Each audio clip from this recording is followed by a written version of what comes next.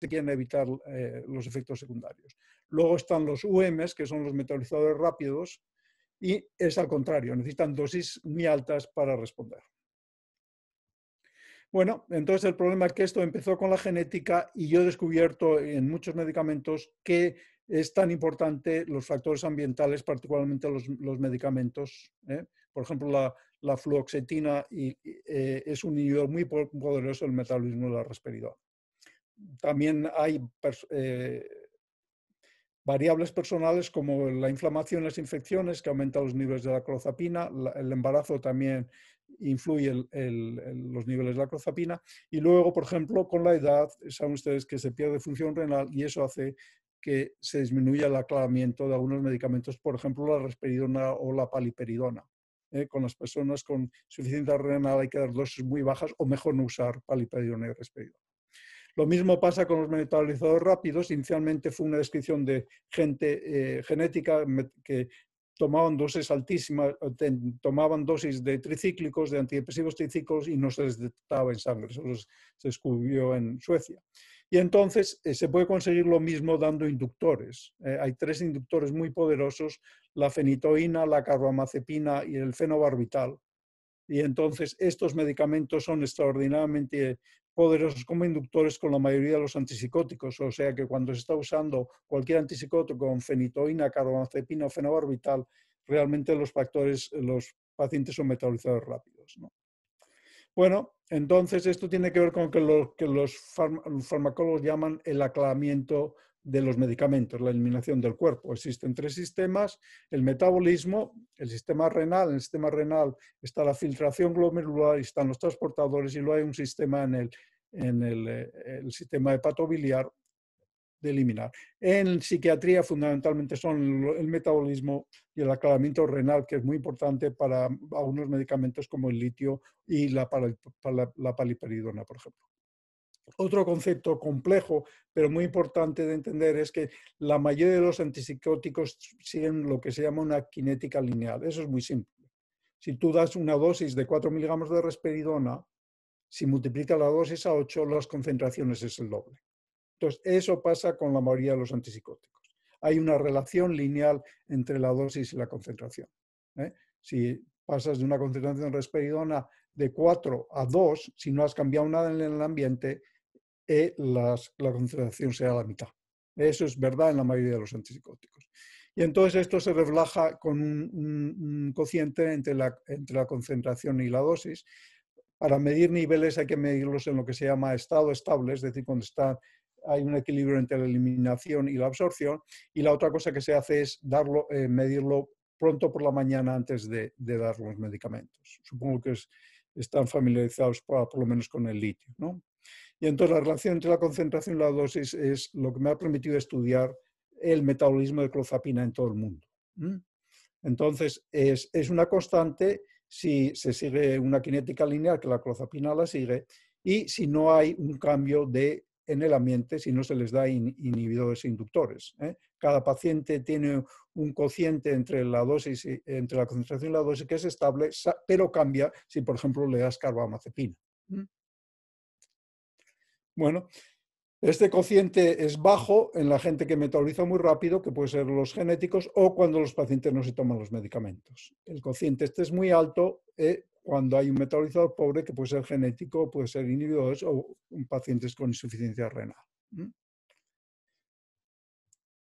Bueno, esto es una revisión de los alemanes de niveles terapéuticos y ellos recomiendan, estas son las concentraciones que recomiendan, entre 350 y 600 nanogramos mililitros. Como decía, tiene que ser en estado estable y por las 2 por la mañana. Realmente, más que pretender que ustedes usen niveles, que no los usan, sino que entiendan el concepto, el rango terapéutico que describen, que es entre 350 o 600 miligramos, quiere decir que para conseguir una concentración terapéutica necesitas alcanzar ese nivel de 350. Y entonces, como verán, yo he usado ese nivel de 350 para ver cuáles son las dosis en todo el mundo que adquieren esa concentración. Esa es la idea. Hay una concentración mínima de 350 nanogramos mililitro. Esto es para la esquizofrenia, de qué es la que se recomienda de acuerdo con esta revisión de la literatura, es que cualquier persona con esquizofrenia necesita una concentración de 300 nanogramos mililitros, asumiendo estado estable y que es una concentración pronto por la mañana. Bueno, entonces la cuestión es, ¿qué es la dosis que se necesita para llegar a esa concentración? Esa es la pregunta que yo he hecho durante muchos años y estoy empezando a contestar. Bueno, entonces el problema es que el metabolismo, el aclaramiento de clozapina es muy complejo y está influenciado por múltiples cosas, por el sexo, por el fumar y por la raza. Ahí voy a hablar un poquito, muy poco de genética y luego las interacciones personales. El tema de las variaciones normales de los niveles lo salto completamente porque entiendo que ustedes no usan niveles, ¿no? Bueno, esto es cómo se metaboliza la clozapina, como ven es extraordinariamente complejo, ¿eh? Lo más importante es que hay un citocromo, el CYP1A2, que es el que metaboliza el 70% de la clozapina. Eso es lo que realmente tienen que saber. O sea que esta es la enzima que metaboliza la clozapina fundamentalmente al metabolito que es la norclozapina. Eso es lo que realmente tienen que saber de esa. Y entonces, cuando yo uso niveles, mido la clozapina y mido el metabolito. Mido la clozapina y mido el metabolito. El metabolito pero produce efectos secundarios. Produce efectos secundarios. Bueno, una de las cosas más importantes es que el fumar es un inhibidor de el citocromo 1A2. Hay unos receptores que se actúan por el fumar. Entonces eso quiere decir que las concentraciones en los fumadores son más bajas. Entonces, si se le da este número de 0,81, quiere decir aquí que es una persona no fumadora tiene los mismos niveles que un fumador con el 80% de la dosis. Eso es lo que quiere decir, simplemente. Lo mismo en los hombres y en las mujeres tienen menor actividad y porque los estrógenos son inhibidores. Entonces, este número de 0,86 quiere decir que si un hombre toma solo el 86% de la dosis, menos que el 100%, una mujer toma el 100% y el hombre toma el 86% de la dosis, o sea que aproximadamente 15% menos, tienen los mismos niveles. Eso es lo que quiere decir. Lo mismo en los fumadores. Una dosis del 100% en un no fumador da los mismos niveles que una dosis del 80% en los fumadores. Entonces eso quiere decir que los hombres fumadores necesitan las dosis más altas y las mujeres fumadores las dosis más bajas. Eso es lo que necesito que se acuerden.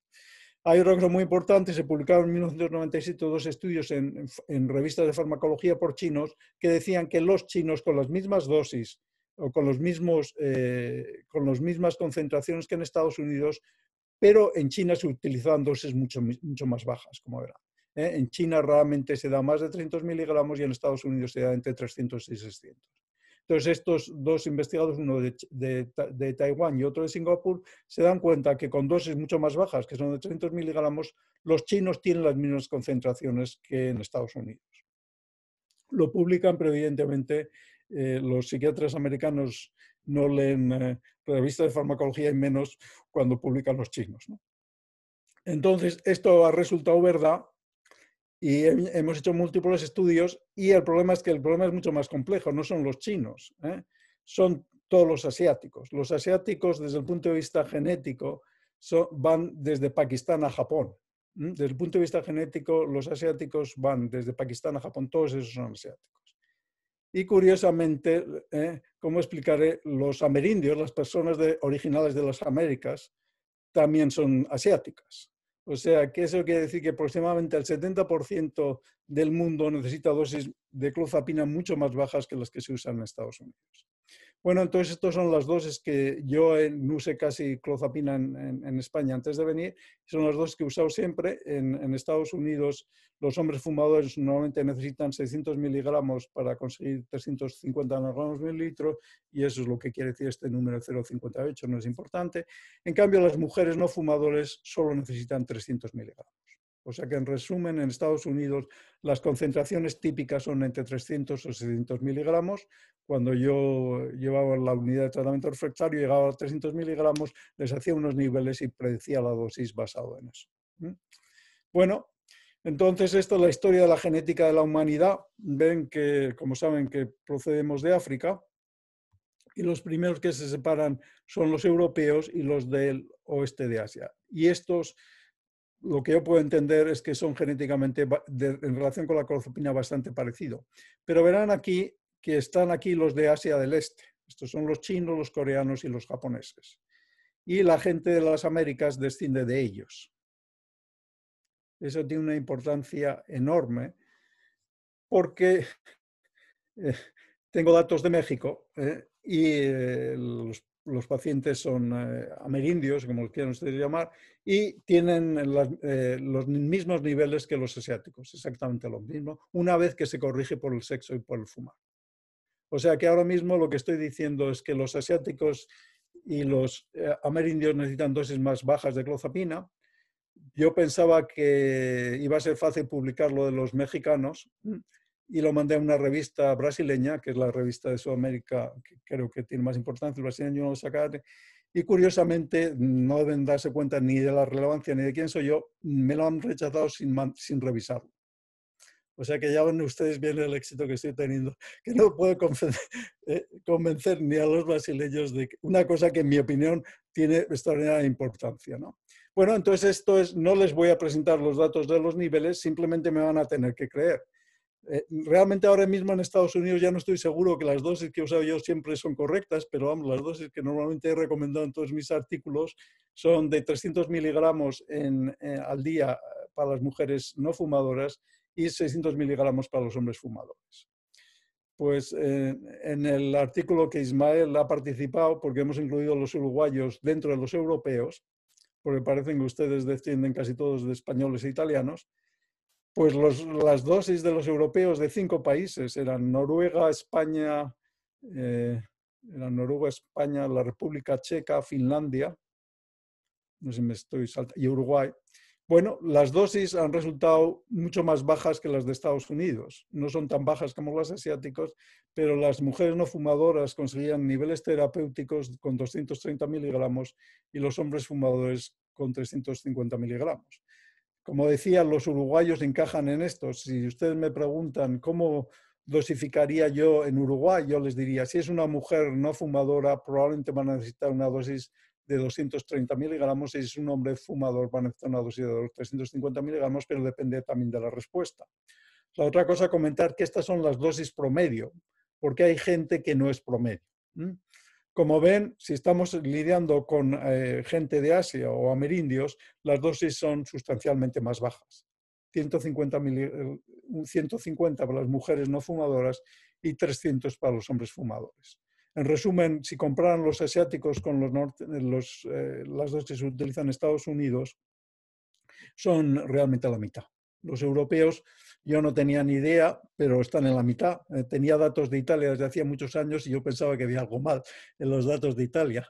Y el que estaba mal era yo, me di cuenta, porque los datos de Italia encajan con los de Noruega, con los de Finlandia, con los de Uruguay, con los de España y la República Checa. O sea que debe ser que ya sigo siendo español, pero debe ser que me he convertido en un burro americano estadounidense que utiliza dosis muy altas, ¿no? O sea, pero bueno, esto es lo que ahora mismo, al día de hoy, recomiendo. Avisarles que los dosis europeos todavía no están publicados, o sea que no sé si son verdad o no. La primera revisión ha pasado y estoy pendiente que el editor nos deje mandar una segunda revisión y espero que me lo dejen publicar, porque tengo mucha gente en contra. Los estadounidenses que prescriben clozapina están molestos conmigo. Los australianos están cabreadísimos y los del Instituto de Psiquiatría están extraordinariamente molestos conmigo. El Instituto de Psiquiatría es el hospital de investigación más importante de Europa, está en Londres. Y el Mosley, el conocido ante un libro de farmacología, son muy famosos.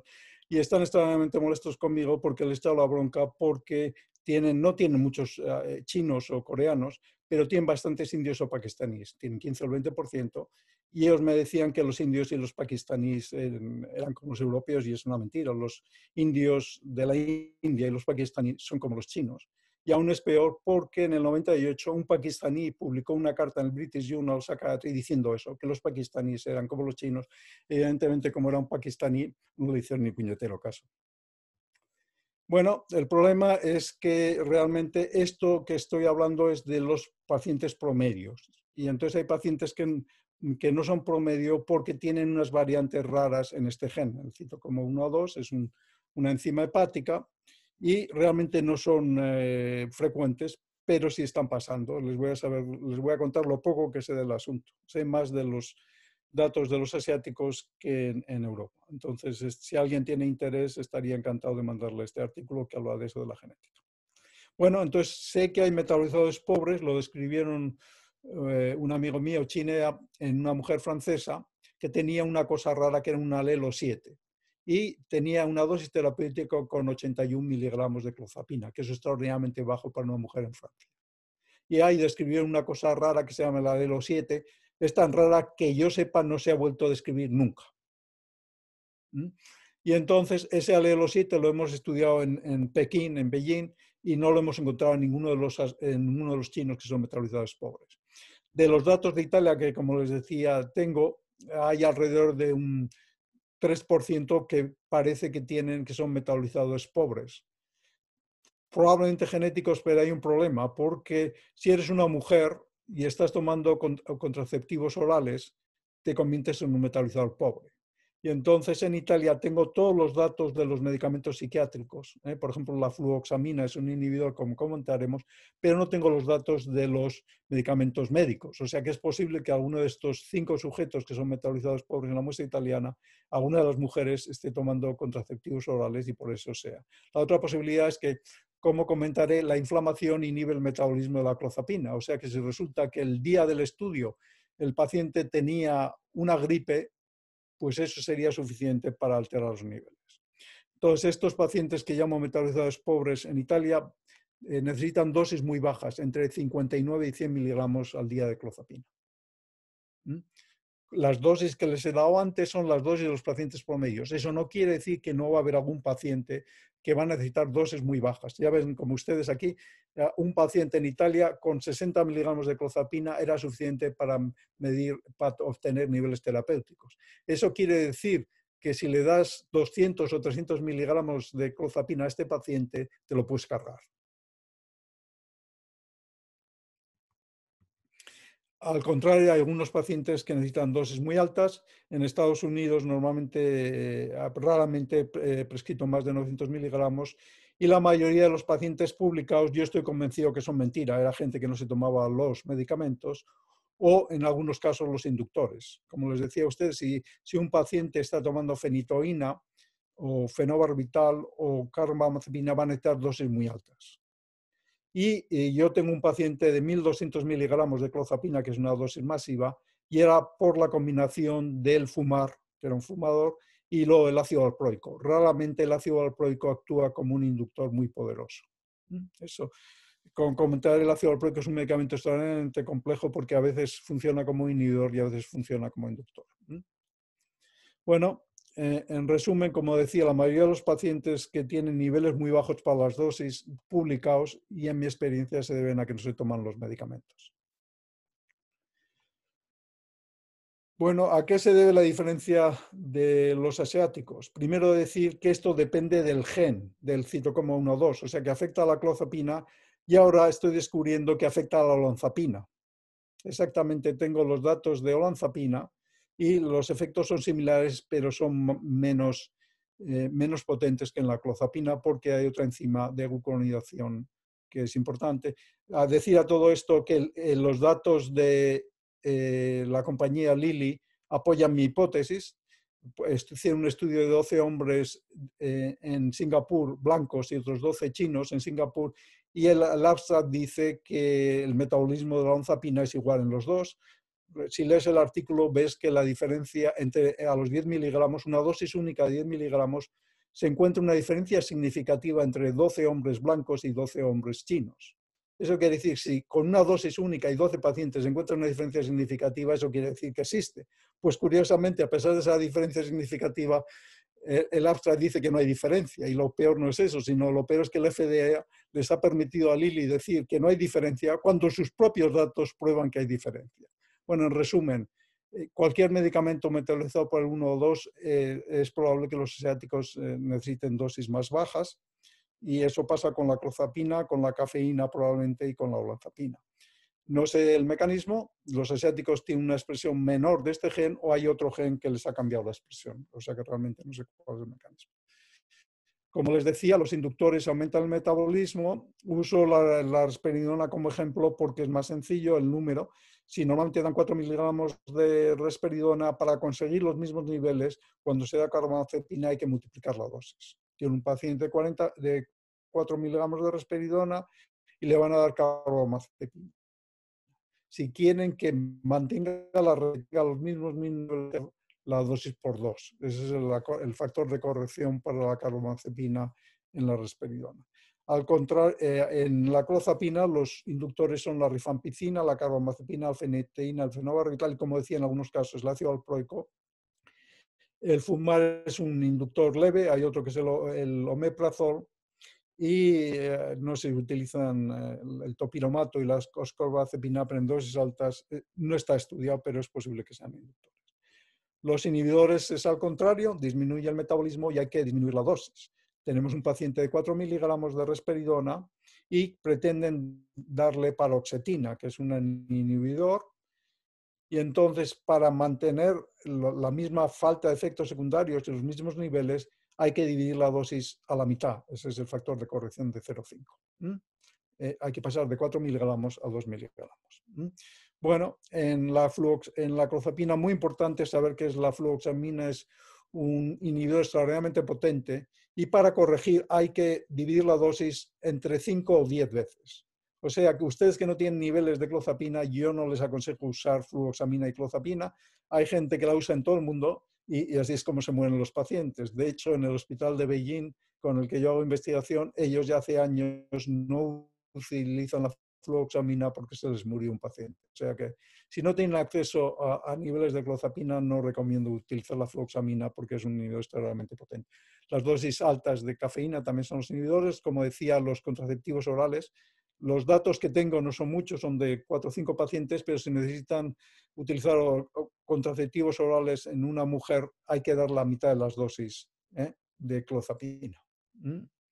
O sea que sospecho que, como se acordarán ustedes, las dosis que recomendaba en Uruguay, aquí están, era una mujer de 230 miligramos.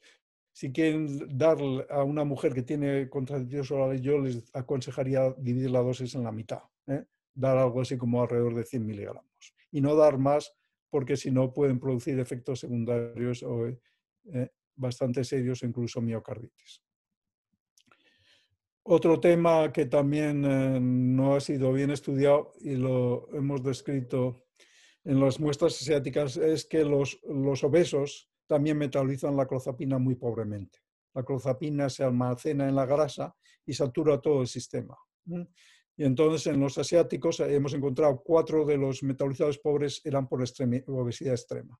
Estamos hablando de BMI, índice de masa corporal, correcto, índice de masa corporal de 30, 32, 35. Esta gente metaboliza muy pobremente. Lo mismo les aconsejaría en estos pacientes dividir la dosis en la mitad. Bueno, la otra cosa en la que trabajo mucho es el tema de la inflamación. Este artículo también está gratis en el internet. Si quieren disponer, lo único que tienen que hacer es meter ese número en PublicMed y lo pueden bajar. Es una revista china y habla de todo esto de la inflamación, que es una de las cosas que más importancia tiene. El problema es que las inflamaciones o las infecciones o cualquier inflamación sistémica liberan las citoquinas y estas inhiben el metabolismo de la clozapina. Bueno, este es el estudio de Beijing. Teníamos 1.300 300 niveles, hay un total de 24.000 días de seguimiento, esos más de 65 años, y tuvimos la suerte, o los pacientes tuvieron la desgracia, de tener 18 episodios de infecciones, que es aproximadamente el 3% de los niveles estaban contaminados. Y entonces observamos una cosa muy curiosa. Cuando las infecciones eran leves, no tenían ni fiebre, ni leucocitosis, ni aumento de la proteína C reactiva, no afectaban a los niveles. O sea que las infecciones, si había afectación de la proteína C reactiva o había fiebre, en el 61% de los episodios subían tanto los niveles en sangre que recomendábamos dividir la dosis a la mitad. El problema es que había en algunos que en el pico de la inflamación se multiplicaban las dosis por 3, con lo cual había que dividir la dosis a un tercio. Este es el único estudio de seguimiento de pacientes con infecciones de una muestra grande. Hay un problema todavía más gordo, es que la clozapina no solo está influenciada por la inflamación, sino que puede producir inflamación. Y entonces el problema este es una pescadilla que se muerde la cola. Si clozapina la subes muy rápido, y es al principio cuando la estás subiendo, si la subes muy rápido, eso quiere decir muy rápido no para el paciente en general, sino muy rápido para tu paciente. Una subida de clozapina en una mujer con contraceptivos orales es mucho más peligrosa en una mujer que sin contraceptivos orales. Una subida rápida en un paciente obeso es mucho más peligrosa que en un paciente no obeso. Una subida rápida en un paciente con ácido valproico es mucho más peligrosa porque el ácido valproico en muchos pacientes funciona como inhibidor. O sea, lo que estoy diciendo aquí es que la subida rápida no depende de un paciente en general, sino depende de su paciente concreto. Entonces, si suben demasiado rápidamente la clozapina, se liberan las citoquinas y entonces se produce un mecanismo de feedback positivo y eso aumenta los niveles de clozapina y producen más citoquinas. Y entonces esto se manifiesta con fiebre. Si siguen subiendo, pueden producir una miocarditis. Y si siguen, se pueden cargar al paciente. Y entonces, mi teoría es que las miocarditis se pueden predecir despacio. Las miocarditis en Europa prácticamente no son existentes, en Europa continental, en Dinamarca, en Holanda, porque suben muy despacio. En cambio, en Australia tienen un 3% de miocarditis y ellos están muy molestos porque les digo que es una barbaridad. Y el problema es que en Australia tienen a muchos asiáticos y tienen a blancos con ácido valproico. Entonces, normalmente las subidas que ellos hacen son demasiado rápidas para los blancos. Y si cogen a un blanco con ácido valproico o si cogen a un asiático, le producen una miocarditis. Tienen tantas que ellos consideran que es normal producir miocarditis. Otro de los temas muy importantes son las neumonías en los que he trabajado. El problema es que los pacientes con el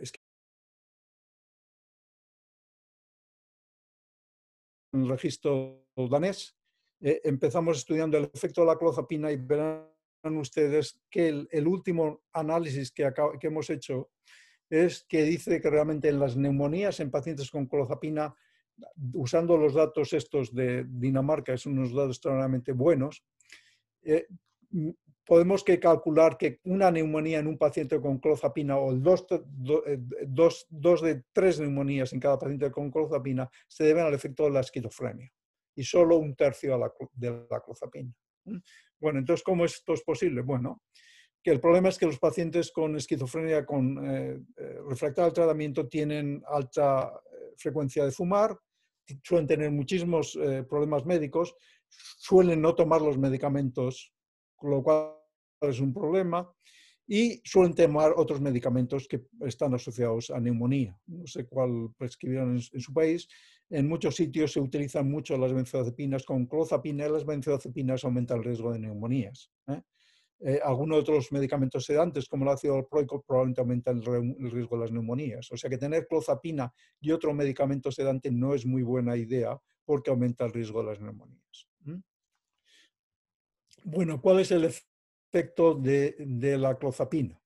La clozapina tiene un efecto claro, en las neumonías, y de hecho no es la clozapina, todos los antipsicóticos sí han asociado un aumento del riesgo de las neumonías. Lo que pasa es que la clozapina es el que más claramente está asociado. Estos son los datos de todos los registros de, como el FDA, que mandan los efectos secundarios, los mandan a Suecia. Y entonces hemos revisado todos los datos de efectos secundarios de clozapina en todo el mundo y la clozapina está más asociada a neumonías que ningún otro antipsicótico, incluso es más letal. Entonces, verán ustedes aquí tenemos los datos de la clozapina. Hay en esta base de datos, son todas las bases de datos de las agencias de medicamentos del mundo, hay 4.865 reportes de neumonías en clozapina. Y en cambio ven esto que es el esperado es 1.195. O sea que teniendo en cuenta las frecuencias de neumonías, en esta base de datos, alrededor del 1% de los medicamentos, los efectos secundarios son neumonías, son bases de datos de efectos secundarios, y entre todos los medicamentos, alrededor del 1% de los reportes son neumonías. Pues clozapina se debía esperar alrededor de 1.000 y hay 4.865, que son mucho más altos. Ve en cambio que en risperidona se observan 393 y se esperaban 845. Según esta base de datos, la risperidona en esta base de datos tiene menos riesgo que lo esperado. La quetiapina se esperan 650 y hay 622, o sea que la quetiapina está muy próximo a esto. La olanzapina se esperan 529 y hay 493. Bueno, entonces esta base de datos no es muy buena, pero sí prueba que hay un efecto masivo de asociación de las neumonías en la clozapina. No se puede probar la asociación de dos antipsicóticos. En los datos de Dinamarca, que son mucho mejores, la risperidona está asociada a las neumonías. Lo más importante no es eso, sino que son el número de muertes asociadas a neumonías, como ven, son muy bajos en la risperidona, en la quetiapina, la olanzapina, y son muy altos en la clozapina, 1.577. Como ustedes serán conscientes, hay muchísima más gente en el mundo tomando risperidona, quetiapina y olanzapina que clozapina. Solo hay 100 muertes de ellos, en cambio en la clozapina hay 1.577 muertes. Y estos son el tema de mortalidad de la clozapina. Esto es la clozapina desde que empezó, desde los primeros reportes de Finlandia en los 70 que se morían gente, están aquí metidos. Y entonces, de hecho, como ven, hay 35.000 reportes de agranulocitosis, que eso es lo que reportan los prospectos. La agranulocitosis, en efecto, está asociada a la clozapina. Hay 35.000 reportes de todo el mundo. Como ven, solo hay 550 muertes, porque la mayoría de la gente lo sabe. Luego hay miocarditis, también son frecuentes, estreñimiento, y hay 326 muertes asociadas, 319 con arritmias, 569 miocarditis. Y lo sorprendente es que mi predicción de que la neumonía mata a mucha más gente que clozapina, desgraciadamente es verdad. Como ven ustedes, mata mucho más las neumonías que los agranulocitosis. En los prospectos americanos hablan de muertes de agranulocitosis y hablan de muertes de miocarditis, no hablan de muertes de clozapina. Y resulta que hay muchísimas más muertes de pacientes en clozapina con neumonías que con agranulocitosis y miocarditis. Bueno, el problema es un problema bidireccional. Probablemente la clozapina contribuye a las neumonías de dos formas, con las neumonías por aspiración, interfiere con el tragar, eso es común de todos los antipsicóticos y además, como saben, la clozapina se asocia a hipersalivización, a demasiada saliva y a sedación. Y esto es más típico de la clozapina de ningún otro antipsicótico, por eso creo que la clozapina se asocia a más neumonías. Hay algunos datos que sugieren que interfiere con la inmunidad y es posible que las neumonías normales estén asociadas a clozapina. Claramente las neumonías por aspiración se asocian. El problema más gordo es que una vez que tienes neumonías, la neumonía libera las citoquinas y aumenta las concentraciones de clozapina. O sea, tienes una neumonía y tienes una intoxicación clozapínica. Y cuanto más peor es la neumonía, mayor es la intoxicación clínica. Entonces el problema es que te suben los niveles, tienes más hipersalivación, más sedación, aspiras más e incluso puedes tener arritmias. Los niveles, una de las causas mayores de mortalidad en las neumonías son las arritmias. O sea que si tienes una neumonía y tienes niveles muy altos de clozapina, es una garantía para morirte con una arritmia. Bueno, entonces, ¿qué es lo que se debe hacer? En general, yo recomiendo utilizar las dosis más bajas de clozapina para disminuir el riesgo de salivación, de sedación y de interferir con la salivación. En mi caso, yo uso niveles para establecer las dosis más bajas. Trato de conseguir un nivel de alrededor de 350 o 400 nanogramos por mililitro. Otra cosa que hacemos es decirle a los pacientes y a las familias que si el paciente desarrolla fiebre o cualquier signo de infección grave, que nos llamen, porque hay que cambiar probablemente la dosis. Bueno, lo primero, si tiene un paciente con una infección, lo más importante es si tiene fiebre o aumento de la proteína C reactiva. Cualquiera de las dos cosas, la fiebre o el aumento de la proteína C reactiva, es una garantía de que se están liberando las citoquinas. Entonces, lo primero que les aconsejaría es mirar por signos de intoxicación de clozapina, que puede ser sedación, hipersalivación, en algunos casos mioclonías o crisis convulsivas, y si ustedes no pueden acceder a niveles, con lo cual yo les aconsejaría cortar la dosis en la mitad. Cortar la dosis a la mitad. ¿Cuánto tiempo? Hasta que la proteína C reactiva se normaliza. Asumo que ustedes tienen acceso a la proteína C reactiva. Mientras que la proteína C reactiva esté aumentada por encima de lo normal, quiere decir que el metabolismo de la clozapina no es normal. O sea que si tiene un paciente con una infección grave, con fiebre, les aconsejaría que dividan la dosis de clozapina a la mitad y no la suban hasta que no se ha normalizado la proteína C reactiva. Si realmente tienen una intoxicación clozapina grave, les aconsejaría pasar la clozapina, pararla completamente. Bueno, estas son, si tienen interés en aprender más, hay 6 presentaciones sobre clozapina. Son sobre niveles, pero realmente, aunque ustedes no usen niveles, les enseñan los conceptos de qué es un inhibidor, qué es un inductor. Hay una de neumonías. Hay muchos artículos que hablo de interacciones medicamentosas que están disponibles. Y si ven todos estos numeritos, los meten en PublicMed, y esto. Bueno, para probarles que debe ser que soy un poco cabezón, la clozapina, el primer prospecto, estoy tratando de cambiar, estoy teniendo un fallo total y absoluto, entonces ya está el segundo preparado. Esto está aceptado ya y me lo acaban de publicar en la revista, todavía no está disponible en PublicMed. Y lo mismo, en la risperidona depende de la genética y los datos de Janssen prueban que lo que yo digo es verdad. Y en 7% de los blancos son metabolizados por la risperidona y necesitan la mitad de la dosis. Eso lo llevo diciendo 25 años, ahora la gente empieza a darme la razón. Y lo que es curioso, hay un estudio de Janssen publicado en 1993 que dice exactamente lo mismo que decía yo. Lo único es que Janssen decidió ignorarlo. Pues muchísimas gracias por su atención y si tenemos algún sistema de contestar a preguntas, encantado de hacerlo. Bueno, José, muchas gracias por tu presentación, por todos los datos y la forma de presentar. Creo que sería interesante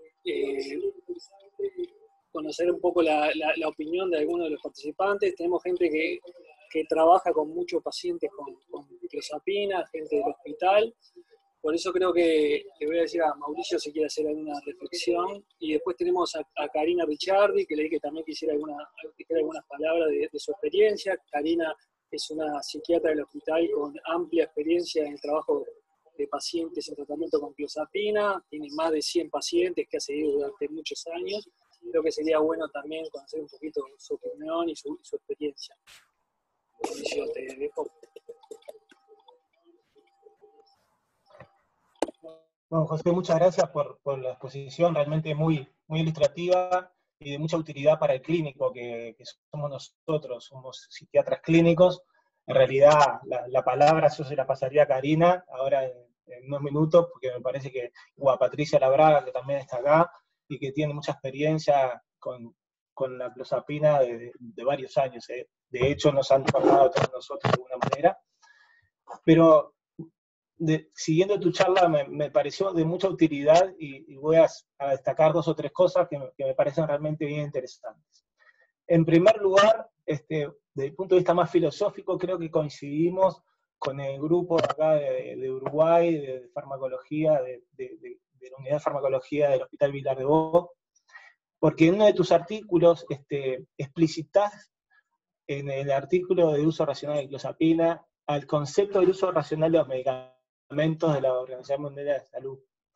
Y nosotros, de alguna manera, lo tenemos como paraguas conceptual para pensar el uso de los medicamentos y balancear el concepto de la eficacia o la efectividad, la seguridad de los medicamentos, y obviamente que los costos asociados a los medicamentos. Pero principalmente en esos dos grandes pilares, que es la eficacia y la efectividad, es decir, el beneficio de los medicamentos y la seguridad. Y en esta presentación, que lo consideramos muy, muy útil para la práctica clínica, va un poco en ese sentido, cuando nos pensamos y tirás algunas líneas en la monitorización plasmática, pensando en la titulación de las dosis. Otro punto que consideramos que en Uruguay estamos un poco flojos todavía es en pensar las fuentes de variabilidad cinética, principalmente en las metabolizaciones de origen, más que nada las variabilidades genéticas o los genotipos y los fenotipos que asociados a esto. Es decir, en Uruguay todavía no tenemos datos sistemáticos de esto, podemos hacer algunas extrapolaciones con la población caucásica y estos datos de dosificaciones son bien interesantes, pero en realidad en nuestro medio no tenemos datos. Sí tenemos la posibilidad de usar las monitorizaciones plasmáticas y tenemos la posibilidad de usarlo tanto en su sector público como privado, y muchos de nosotros las usamos y creo que las estamos usando cada vez más y es de una gran utilidad para evaluar la dosificación. Eso nos parece bien interesante. Y el otro punto que tocaste es el tema de la seguridad de la clozapina, principalmente, obviamente, en la neumonía, y ahí te quería hacer una pregunta. Si ustedes en este contexto de pandemia encontraron alguna asociación entre riesgo de mortalidad por clozapina de psicóticos y COVID-19. Sí, ahora mismo no te puedo decir. Yo reviso la mortalidad de Kentucky, pero el sistema de mortalidad, tengo datos desde 2002, o sea que voy a saber si esto. Primero, número uno, hay pocos pacientes con clozapina y en los hospitales ahora funcionan como agudos. Entonces tengo datos de los hospitales de agudos psiquiátricos, de crónicos solo son pacientes con retraso mental, intellectual disability. Y el problema es que el tema de mortalidad está parado, pero supongo que lo sabré. Lo que sí está claro es que ya se han empezado a publicar casos de intoxicaciones en clozapina durante el COVID-19. Hay un artículo publicado en Schizophrenia Bulletin y entiendo que yo he revisado uno en American Journal of Psychiatry de otro caso de un país europeo, que me han dicho que ya lo han puesto en prensa. O sea que realmente esto de las neumonías es lo mismo en el COVID-19. Cualquier inflamación produce el mismo mecanismo. Da lo mismo que sea una neumonía viral o una neumonía bacteriana que produce. De hecho, de los estudios de los 18 episodios en Beijing, había solo 2 neumonías bacterianas. Los otros eran cuadros de gripe y cosas así. O sea que realmente el mecanismo es inflamatorio. Da lo mismo cuál sea el agente causal. Mientras que tengas una inflamación sistémica, eso es lo que aumenta los niveles de clozapina. Y entonces el problema es que si tienes una neumonía con una intoxicación clozapínica, eso es lo que hace, en mi opinión, que sea tan mortal. Como veis, desgraciadamente el FDA parece que no está dispuesto a escucharme cuando de los datos de todo el mundo sugieren que hay mucha más gente que se está muriendo por neumonías en clozapina que aganocitosis o miocarditis, que están los dos en el prospecto. Yo tenía, ya como dije, esos datos han llegado a la FDA en febrero, antes de que empezara el COVID-19, y yo pensé que con el COVID-19, la desgracia del COVID-19 por lo menos iba a valer para que mejoran el prospecto de la clozapina, pero no lo han cambiado. Muchas gracias por tus datos. Karina o Patricia, ¿algún comentario de su experiencia acá en el hospital en Uruguay sobre la titulación y la experiencia de manejo con clozapina?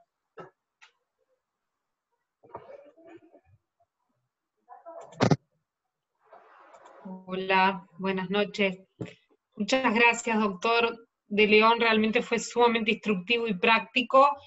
Solo decir que nosotros en el Hospital Vilar de Bol, Hospital Psiquiátrico de Montevideo, tenemos menos de lo que quisiéramos, pero tenemos unos cuantos pacientes con clozapina para la población nuestra, que pasando raya y para no asustar a nadie, el balance es netamente favorable para la calidad de vida del paciente y para la evolución, que obviamente eso lo compartimos, y que por otro lado hay que asustarse con las cosas que realmente hay que asustarse y actuar en consecuencia, ¿no? Nosotros asustarnos con el hemograma, digamos, con las leucocitosis bajas, con las leucopenias, y a veces se suspende prematuramente clozapina y realmente después es peor, digamos, la consecuencia de suspenderla que el eventual riesgo de agranulocitosis.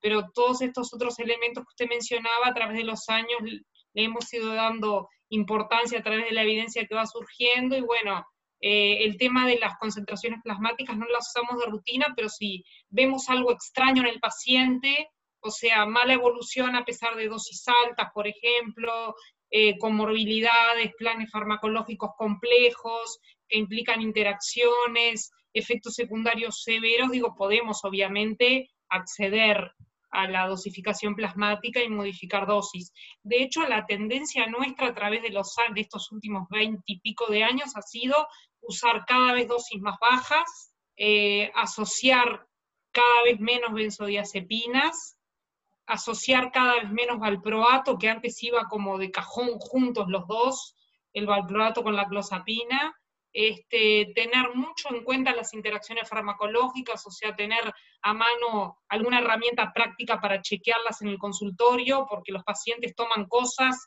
que nosotros no le indicamos, toman cosas que le indican otros colegas, toman cosas por su cuenta.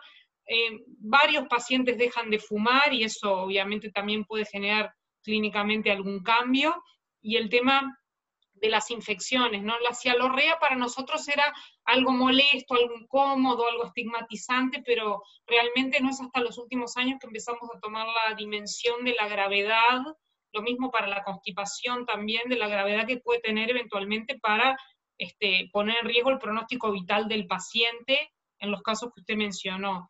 Yo lo que estoy empezando a hacer ahora, que contamos con la herramienta de historia electrónica, es incluir en las alertas un renglón que diga este paciente requiere hemogramas mensuales por tomar clozapina, también en caso de infección severa, reducir a la mitad la dosis.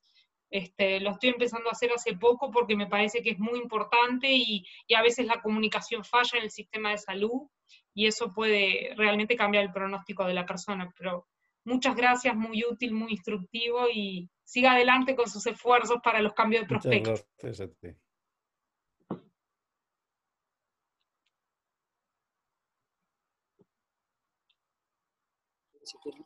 A ver, si quieren participar alguna persona más, ¿puede levantar la mano o directamente abre el micrófono? Sí, yo quería... Patricia, perfecto. Quería hacer una pregunta, bueno, en primer lugar, una pregunta muy breve, pero antes quería agradecer realmente la ponencia, porque la verdad que fue sumamente útil, clínica, con un montón de datos que obviamente nos enriquecen. Pero lo que quería preguntarle era en relación al lugar justamente que se le está dando a la hipercialorrea, en relación a clozapina, ¿cuál era en la experiencia clínica de ustedes el manejo que hacen de la hipercialorrea? Aquí ahora en Estados Unidos tenemos anticolinérgicos que se dan en la boca. No sé si los tienen ustedes. Son gotas de los ojos y diferentes métodos que no están diseñados para ello. Y utilizamos los locales primero a ver si funciona, porque evidentemente cuando se les da anticolinérgicos en pastillas como la benzotropina o no sé cuál, el problema que tienes es el aumento del estreñimiento, de la constipación. O sea que intentamos normalmente los anticolinérgicos tópicos. No sé, en los diferentes hospitales utilizan diferentes compuestos dependiendo de lo que ellos tienen acceso, pero vamos, es lo que solemos utilizar como primera medida. La otra cosa que, como comentaba, esto depende de la dosis, o sea que procuramos medir niveles y bajar las dosis lo máximo posible. Perfecto. Muy bien.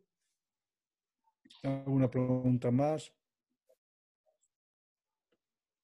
Yo le puedo hacer otra. Mm. Una pregunta sobre si usted maneja clínicamente pacientes con clozapina en seguimiento a largo plazo. Va a ver muy complejo. Bueno, o sea, llevo 25 años en Kentucky. En los 8 primeros años llevaba una unidad de tratamiento refractario que los pacientes pasaban años. Y entonces ahí he tenido muchos Porque años. lo mío apunta a los efectos secundarios de aumento de síntomas obsesivo-compulsivos y eventualmente fóbicos, panicosos. Si usted lo ha visto, sus Sí. colegas y cómo lo maneja. Ahora mismo, ahora ya no manejo pacientes, superviso, soy consultor del Estado y en los hospitales psiquiátricos de vez en cuando me avisan el mío, pero ahora mismo estoy centrado en hospitales de retrasos mentales, con intellectual disability, no sé cómo lo decís. Y tengo varios que los estamos utilizando la clozapina para la polidipsia. No son gente con esquizofrenia, lo usamos para la polidipsia y para controlar las autolesiones y la agresividad. Entonces, ahí utilizamos dos mucho más bajas que las de esto. Entonces tengo un paciente con, creo recordar, con una dosis que tenía un cuadro obsesivo y unos problemas de autolesiones muy graves. Y ahora por fin he tenido un psiquiatra que ha estado dispuesto a probar y entonces no me acuerdo, creo que le tenemos una dosis bajísima, creo que de 37 miligramos o algo así, y la hemos tenido que bajar porque aumentaba el cuadro obsesivo. Y entonces lo último que les he dicho es que me tienen que poner los psicólogos que siguen los cuadros obsesivos, ellos están convencidos que el paciente en conjunto está mejor. Claro. Y entonces lo que les he dicho es que me pongan las dosis, ya te digo, son dos muy bajas, creo que no hemos subido más de 37,5. Que me pongan las dosis y los cuadros obsesivos de una forma longitudinal. Y lo llevamos, creo, con 5 o 6 meses tratándolo. Ellos me garantizan que el paciente está mejor y últimamente, cuando le habíamos subido un poquito la dosis, estaba un poco más obsesivo y peor. Y entonces es un equilibrio. Sí he visto pacientes con síntomas obsesivos y está descrito. Lo poco que se sabe es que tiene que ver con la dosis o con la concentración, o sea que utilizar dosis más bajas. Hay algún estudio que sugiere que el aripiprazol ayuda. En general, una de las cosas que yo siempre digo, no darles fluoxamina, desde luego, porque aumenta los niveles muchísimo. Gracias.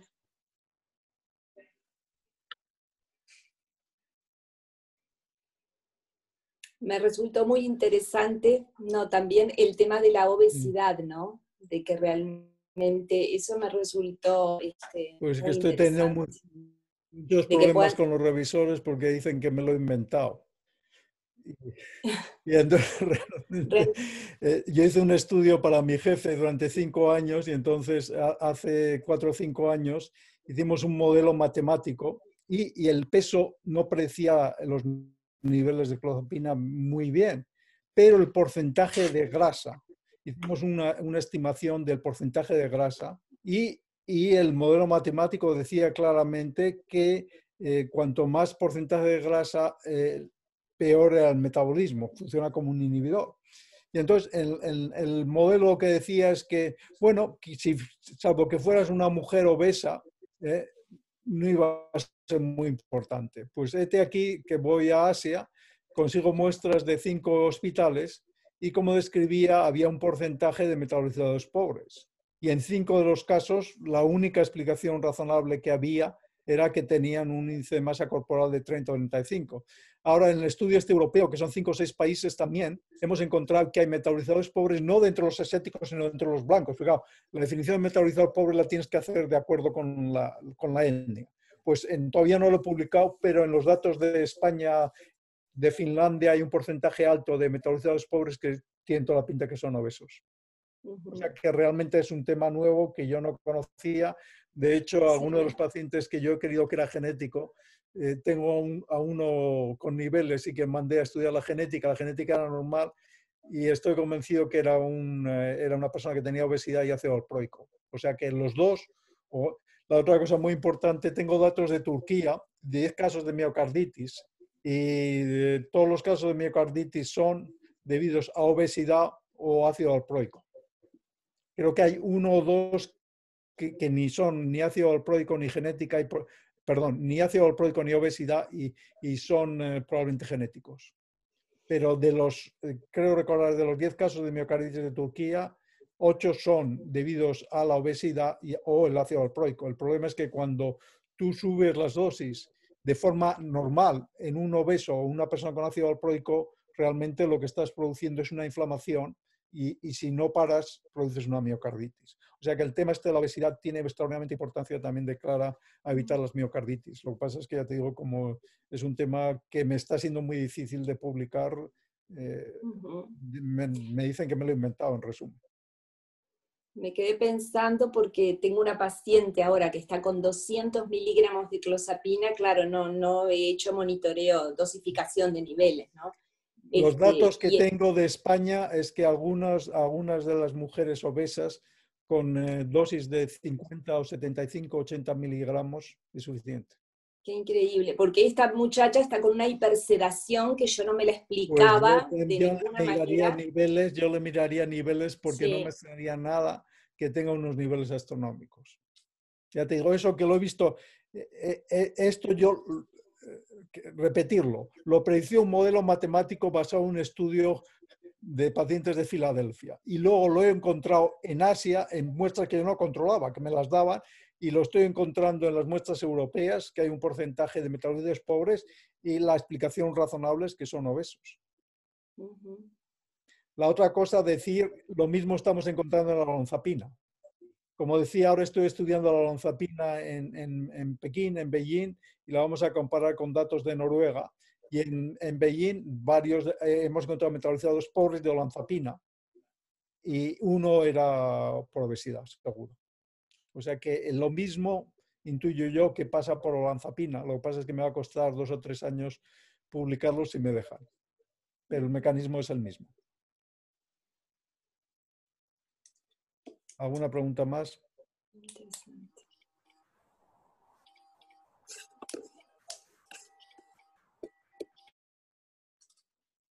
Para complementar eso, recuerdo el caso de una paciente que toma 125 miligramos, es una mujer fumadora y está estable. Al inicio hizo un cuadro de fiebre. Pues tremendo. es que se le subiste demasiado rápido. No, claro, pero le subí despacito, creo. Por suerte, ahora escuchándolo a usted con el riesgo de miocarditis, que no seguía aumentando, porque hace unos años en Uruguay lo mínimo era 300, ¿verdad? Todos aumentábamos hasta 300, básicamente. Las miocarditis y las fiebres suelen ser al principio, cuando es más peligroso. Claro. Al inicio. Ella hizo fiebre al inicio que se ligó hasta una punción lumbar, bueno, se fue sola y no pasó nada. Si tienes el paciente con fiebre, simplemente bajar la dosis o parar la clozapina completamente. Exacto. Lo mismo, hasta que la CRP no sea normalizado, no se puede seguir subiendo. Tienes que esperar a que la CRP se normalice para volver a empezar la clozapina o subir la dosis. Peor si la persona es una metabolizadora lenta genética, por ejemplo. Claro, porque esta no era obesa y era una fumadora. Sí, el fumar ayudaba a que metabolizara más. Claro, le hizo bien en este caso. En este caso, correcto. Gracias.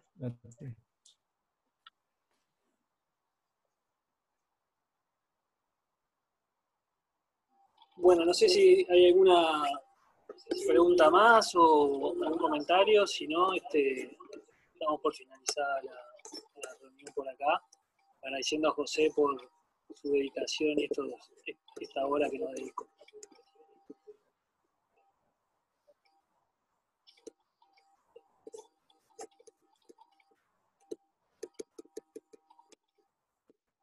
Bueno, cerramos por acá, si les parece. Muchas gracias a todos. Muchas gracias. Gracias, José. Gracias. Gracias por todo. Pues nada, muchas gracias y hasta otra. José, muchas gracias por el tiempo dedicado y estamos en contacto. Gracias.